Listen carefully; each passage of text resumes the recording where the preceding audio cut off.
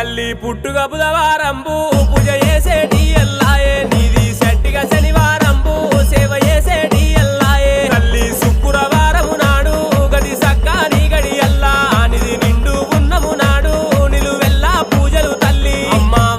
వారములెల్లా అమ్మ వారములెల్లా అమ్మ వరను వేడే ఎల్లా అమ్మ వారములెల్లా